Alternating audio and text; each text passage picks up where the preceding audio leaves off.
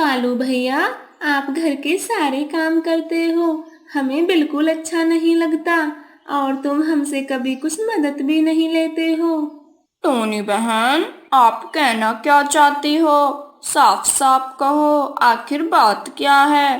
कालू भैया, आप शादी कर लो, हमें हमारी नई भाभी ला दो, फिर हम उसके साथ खूब गप्पे लड़ाया करेंगे।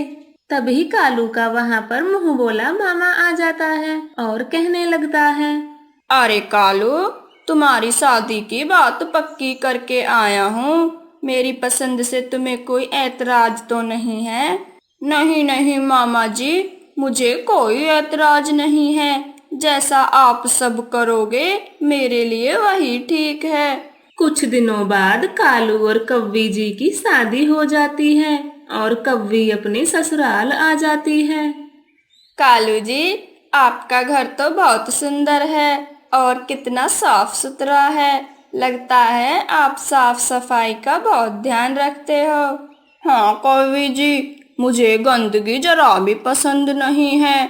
बचपन से ही मुझे साफ सफाई बहुत पसंद है। वे दोनों सो जाते हैं और सुबह हो जाती है।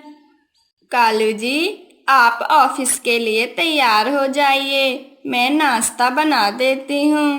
कौवे, आप आराम से नाश्ता बनाओ, मुझे कहीं दूर थोड़े ना जाना है। मुझे तो इसी जंगल में काम करना है।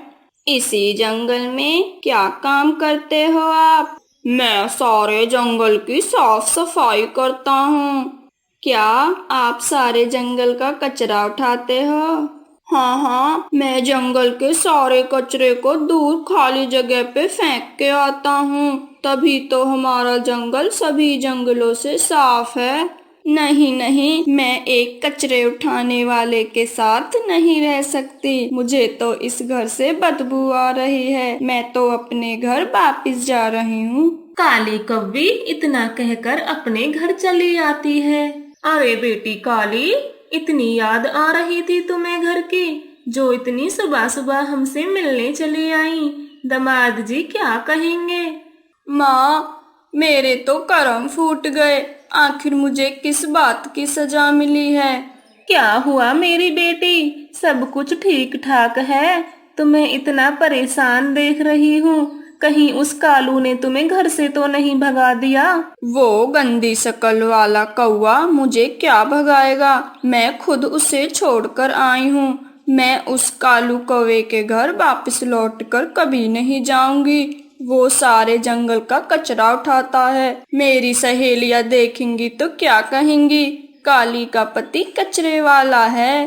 क्या तुम सच कह रही हो मेरी बेटी? तो आने दो उस कालू कौवे को, देखो मैं कैसे उसे सबक सिखाती हूँ। कचरे वाला। इधर टूनी कालू के घर आ जाती है, तभी उसे कालू नजर आता है।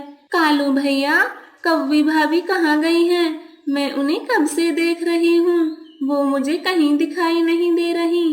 टोनी बहन, वो मेरा काम सुनकर मुझे छोड़कर अपने मायके चली गई।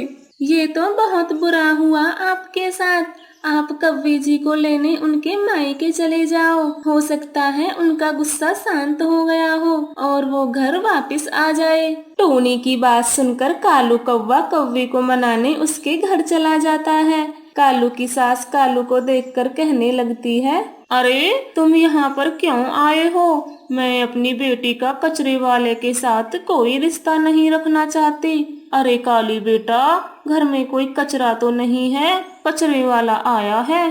नहीं माँ, घर में कोई कचरा नहीं है और मैं इस कालू कौवे की कोई शक्ल नहीं देखना चाहती। इसे यहाँ से भेज दो माँ। उन दोनों की ऐसी बात सुनकर कालू वहाँ से आ जाता है और फूट फूट कर रोने लगता है। हे भगवान, इस काम में कैसी बुराई है जो ये लोग मुझसे बातें भी नहीं करना चाहते। कालू को रोता देख वहाँ पर टूनी और गौरी कबूतरनी आ जाती है। रो मत कालू भैया, आप तो बहुत अच्छा काम करते हो। जब काली कव्वी को अपनी गलती का एहसास होगा तब देखना वो कैसे आपके पास आ जाएगी। नहीं नहीं, वो कभी भी मेरे पास लौट कर नहीं आएगी। मुझे सारी जिंदगी अकेले ही काटनी पड़ेगी। तुम देखना कालू भैया, एक ना एक दिन काली कौवी को पछतावा जरूर होगा और वो आपके पास जरूर आएंगी। ऐसे ही काली कौवी को अपने मायके में कुछ दिन बीत जाते हैं। माँ, ये इतनी बदबू कहाँ से आ रही है? मुझसे तो सांस भी नहीं लिया जा रहा। अरे बेटी, 2-3 दिनों से कचरा वाला नहीं आया है, तो घर में ही सारा कचरा जमा हो गया है। अरे माँ, कचरे को बाहर फेंक दो, वरना सारा घर बदबू से भर जाएगा। काली कौवी की माँ सारा कचरा बाहर फेंक देती है। ऐसे ही कुछ दिन और बीत जाते हैं। अब घर के बाहर कचरे का ढेर लग जाता है और बदबू सारे शहर में फैल जाती है। माँ, मेरा तो मन कर रहा है कि मैं यहाँ से कहीं दूर चली जाऊं। अब और नहीं सहा जाता, ऐसे तो मैं बीमार ही हो जाऊंगी।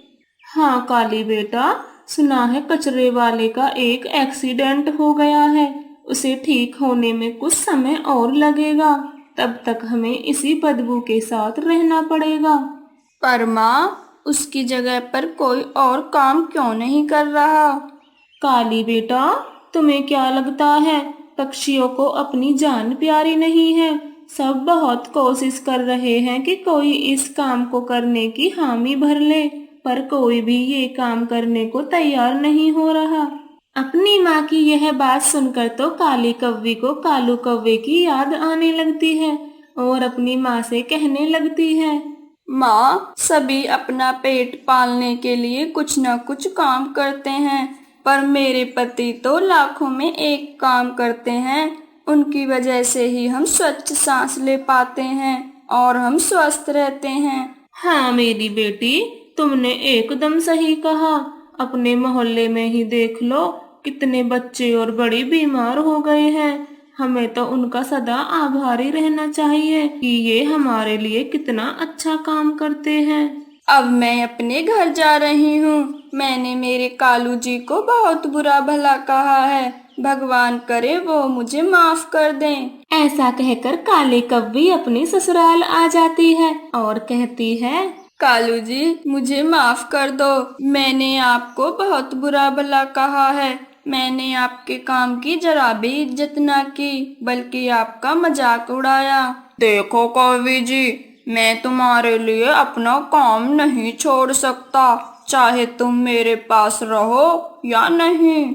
नहीं नहीं कालू जी, आप अपना काम बिल्कुल भी न छोड़ें। ये काम तो बहुत अच्छा है और मैं आपको कभी भी छोड़कर नहीं जाऊंगी। बस आप मुझे माफ कर दीजिए। काली कौवी की बात सुनकर कालू कौवा बहुत खुश हो जाता है और वह सुखी परिवार की तरह रहने लगते हैं।